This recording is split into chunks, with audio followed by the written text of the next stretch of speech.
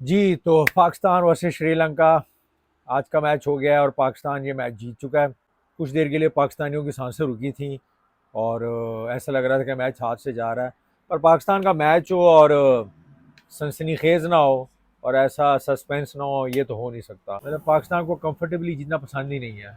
जब तक दिल की धड़कनें और सांसें बंद ना हो ना, तब तक पाकिस्तान को मज़ा नहीं आता। खैर, मैच के बारे में बात करते हैं। पाकिस्तान ने पहले टॉस जीता और पाकिस्तान ने पहले बॉलिंग करने का फैसला किया, जो कि राइट डिसीजन था, क्योंकि पिच पे थोड़ा ग्रास थी, बॉल थोड़ी सी सीम हो रही थी और पाकिस्तान ने वही डिसीजन लिया।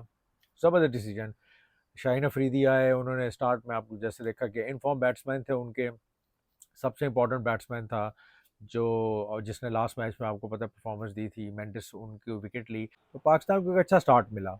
अगर देखा जाए तो तकरीबन कुछ 60 स्कोर पे 5 आउट हो गए थे और ऐसा लग रहा था कि मतलब श्रीलंका 100, 90, 95 पे आउट हो जाएगी, जो कि एक अच्छी चीज़ थी।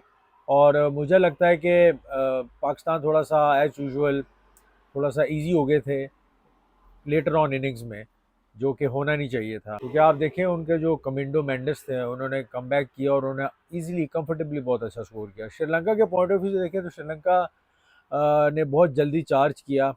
ये पिच नहीं थी वो वाली। ये पिच एटलीस्ट शुरू में इसको बॉल को देख के खेलने वाली थी और उसके बाद लेटर ऑन चार्ज करने वाले थे, क्योंकि लेटर ऑन बॉल इजी आ रही थी बैट पे। लेकिन श्रीलंका कोलैप्स। मुझे लगता है जैसे पाकिस्तान ने पहले 10 ओवर में बॉलिंग कराई है, आखिरी 10 ओवर में उस तरह से नहीं कराई। जबकि इस चीज़ पे थोड़ा सा वर्क करना पड़ेगा, क्योंकि आप इतना इजी नहीं हो सकते। देखिए श्रीलंका को आपने फिर भी 130 दे दिया। अब 130 एक टाइम पे जब पाकिस्तान चेस करने आया तो ऐसा लग रहा था कि मुश्किल में पड़ गया पाकिस्तान। देखिए यही बात है इंटरनेशनल क्रिकेट की, अगर आप थोड़ा सा इजी हो गए, रिलैक्स हो गए, अगली टीम आप पे चढ़ सकती है, क्योंकि ये T20 क्रिकेट है। यहाँ पे ऐसा नहीं है कि आप थोड़ा सा रिलैक्स बैठ जाए। अबरार ने अच्छी बॉलिंग कराई है। मुझे लगता है जो मैं चाहता था, जिस तरह का मैच चल रहा था, मैं चाहता था कि श्रीलंका की टीम को 80-90 पे आउट हो या 100 पे, पता चले कि आपने बॉलिंग कराई है। लेकिन करते करते फिर भी उन्होंने 130 कर दिया। जब पाकिस्तान की बैटिंग आई, बहुत अच्छा स्टार्ट एज यूजुअल पाकिस्तानीज, जैसे आपको पता है कि पावर प्ले में बहुत अच्छा स्टार्ट दिया।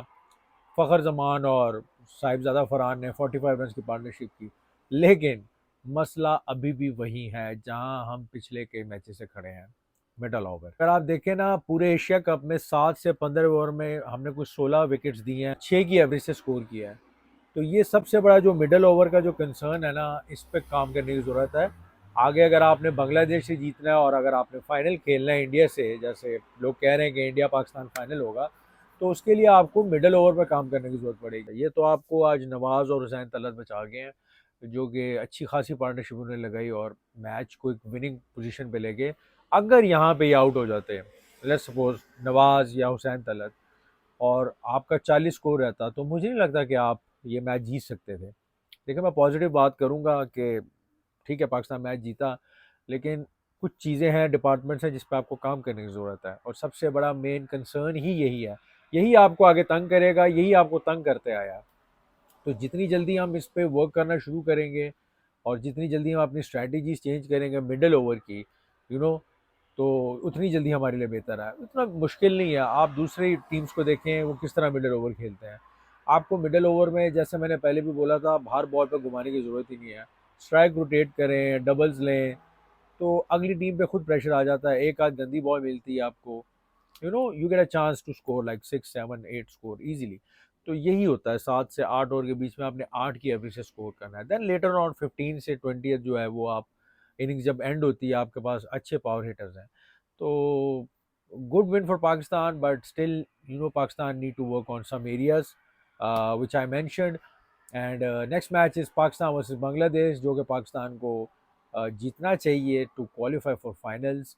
एंड ऑनेस्टली मैं नहीं चाहता कि हम उस कैलकुलेशंस में आए कि हम एक जीते हैं, अगली टीम हारेगी तो हम क्वालिफाई करेंगे। अगर आना है तो ऐसे आए, नहीं तो ना आए।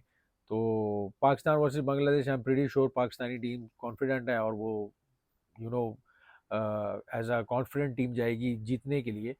और वो मैच ऑब्वियस सी बात है दुबई में है। तो अब तक आपको कंडीशंस, पिच और एरिया और ग्राउंड की समझ आ जानी चाहिए कि हमने अब क्या करना है, किस सिचुएशन में किस तरह खेलना है। So it's not that difficult. आप एक इंटरनेशनल टीम है, Pakistan should easily adapt now, क्योंकि आपको बहुत सारे मैचेस मिल गए हैं। तो बांग्लादेश एक अच्छी टीम है, but you need to obviously win that match to qualify finals. And main concern, that's what I am talking about, middle over. Middle over पे काम करना शुरू कर दे भाई, वरना बहुत मुश्किल हो जाएगी, वरना पाकिस्तान इसी तरह स्ट्रगल करती रहेगी। You can't get away with this win. Improvement still need to be done in some areas. So yeah, this was my take on Pakistan versus Sri Lanka. Next match, obviously, we'll talk about Pakistan versus Bangladesh, and inshallah, we'll come up with updates. So keep following us. Allah Hafiz.